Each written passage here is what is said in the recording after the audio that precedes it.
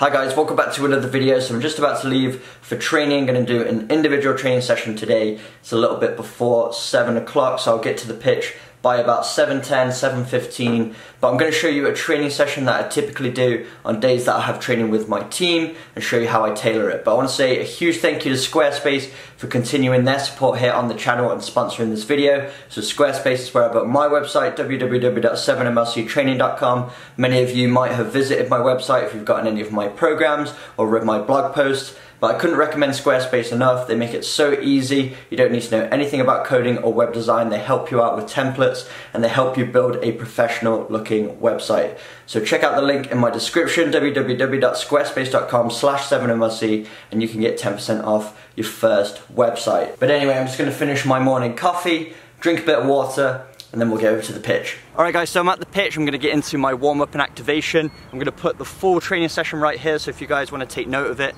and do the session for yourselves. I've pretty much laid out the entire session already so that I can go from one exercise to the next and be efficient with my time. I'm going to estimate about 45 minutes to an hour for today's session. Usually it'll be a bit longer, about an hour and a half, but because I have team training later on, I can actually condense the session and make it a little bit more position specific. So I'm going to go through each one. I'm going to start with a warm-up, go into some fast feet, a little bit of ball mastery, then I've got some position specific drills, some crossing, a little bit of first touch, and then I'm going to finish with some speed endurance sprints.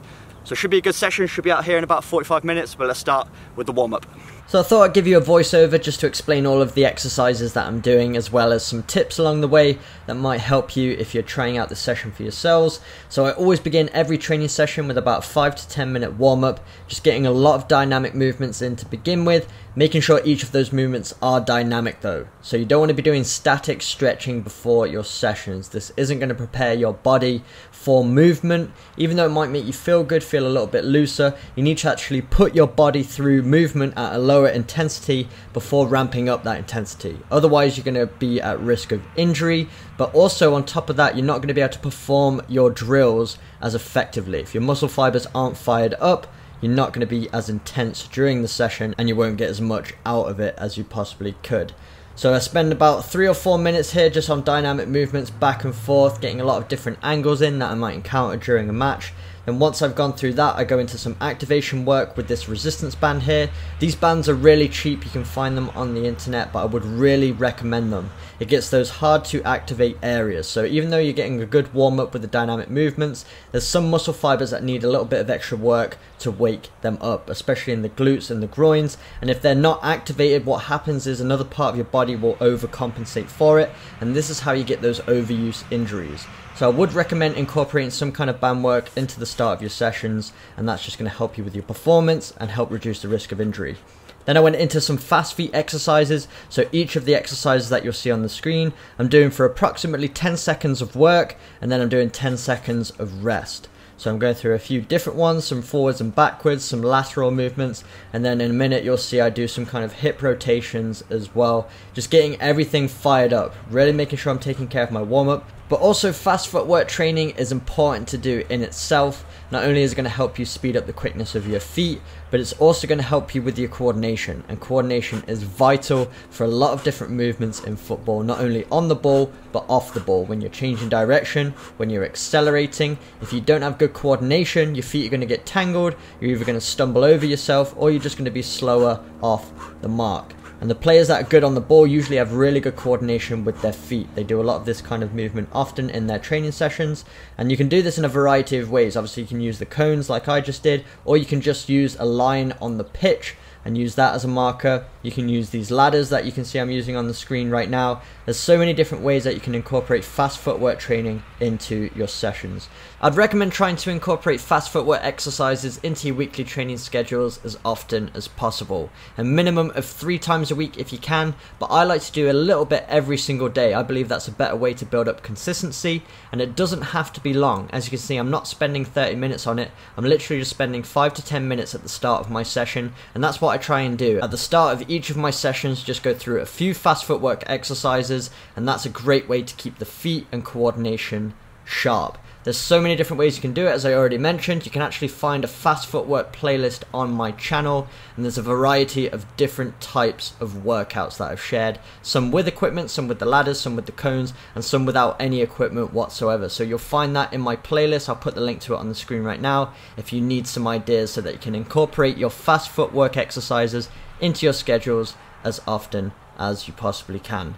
Then once I completed the fast footwork exercises, I went into some very basic ball mastery. So I've set up this little drill here.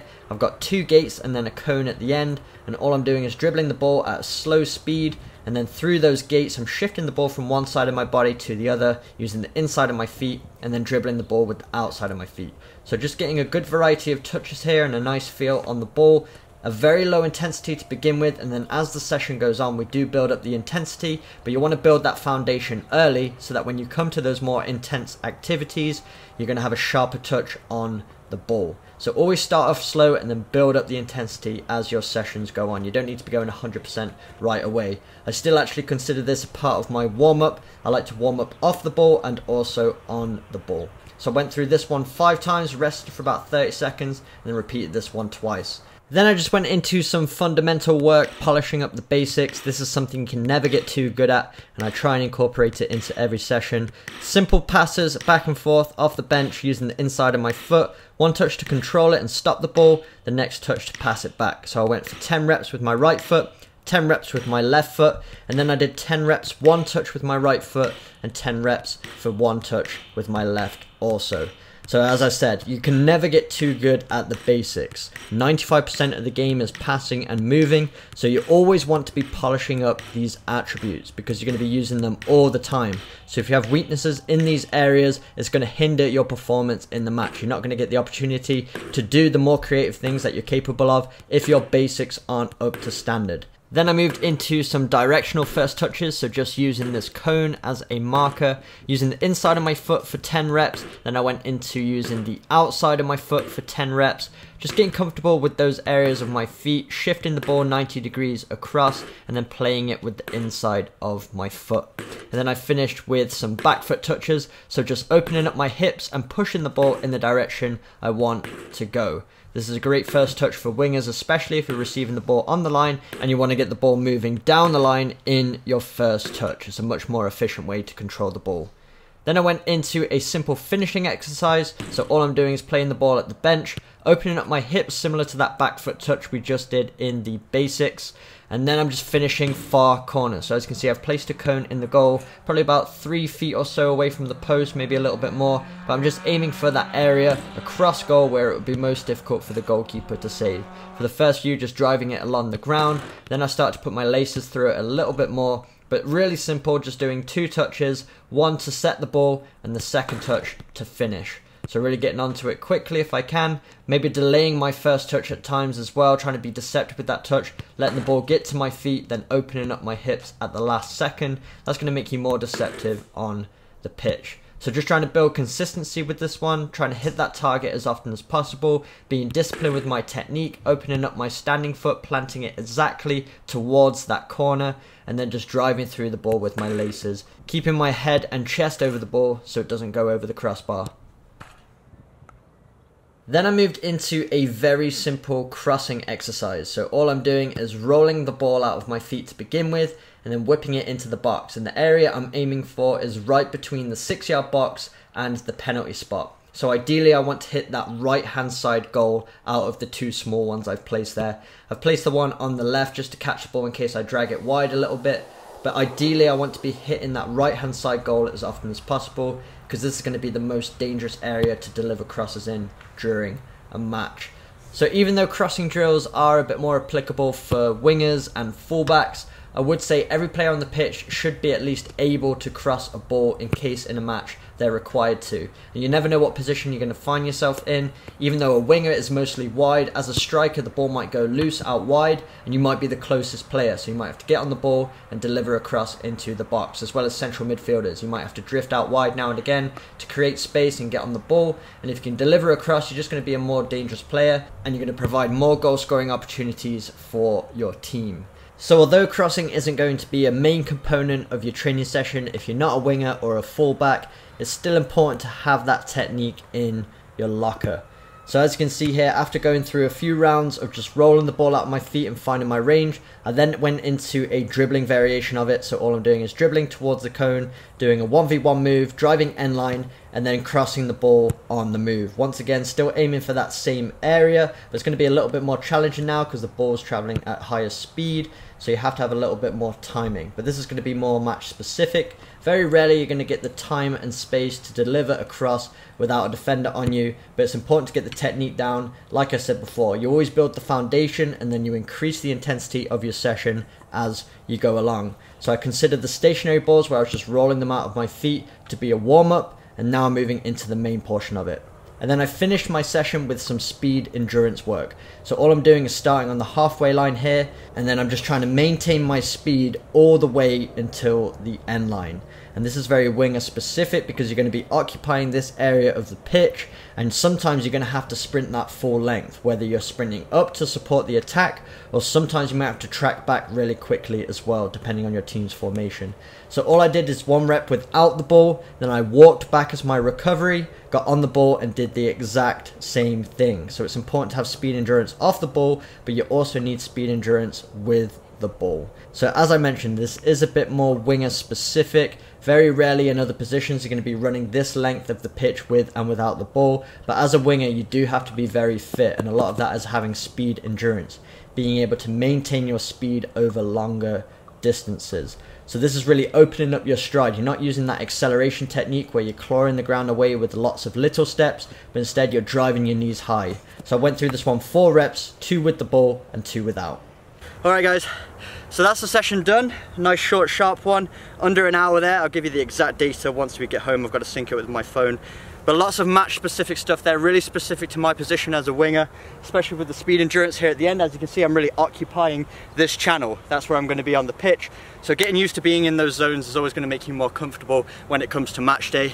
But a lot of scenarios there that are specific for wingers, a lot of first touch work, always trying to involve the basics at the beginning of every session, fast feet, getting those muscle fibers fired up, and then it was a good solid training session with some crossing there as well. Very basic crossing drill, but that's all you need. Just a little bit of a change of speed, and then you need to have a good clean connection on the ball. Try to hit those zones consistently. You want to be delivering for your team as often as possible. But that's going to be it for the session. I have team training this afternoon, so I was able to work on really match specific stuff, specific to my position, and then this afternoon we're really going to cover all the bases. A lot of passing drills, a lot of small-sided games, so passing and moving, working on all the fundamentals, so that should be really good. But I'm going to get a cool down here, get a stretch, and then we'll get home and I'll share all the training data with you guys. Alright guys, just got home, so I'm having a mango smoothie to refuel. In here is half a mango, there's some raw almond butter, there's almond milk, a whole banana, and also just some normal protein powder. So that's everything in there. I've just synced up my watch with the app, so let's take a look at the data here. So this is the training summary page, and as you can see, the entire session was 43 minutes and 18 seconds long, and that was including the warm-up. So not long whatsoever. We got in and out and a lot of work done, and that was my goal. I wanted it to be under an hour. So that was a good amount of time to be out on the pitch working on some position specific stuff. The entire distance I covered through that session was 1.65 miles, and that also includes recovery. So anytime I was fetching the balls after I was crossing them, or after the speed endurance reps at the end when I was walking back to the start, it took all of that into account. So it didn't cover too much distance, which is perfect. I didn't want to put too much on the legs. My average heart rate was about 137 beats per minute, so that's pretty good, getting into a good cardio zone. I burnt 569 calories in that session. My minimum heart rate was 88 beats per minute, so that would have been during my recovery time. And my max heart rate was 174 beats per minute. So during those sprints at the end, it got that heart rate up there, so that's ideal. 35% fat burn. Speed average was 2.2 miles per hour, so it wasn't a high intensity session. There was only sprints at the end of it. There was a lot of walking, a lot of technical work, so staying on the spot pretty much.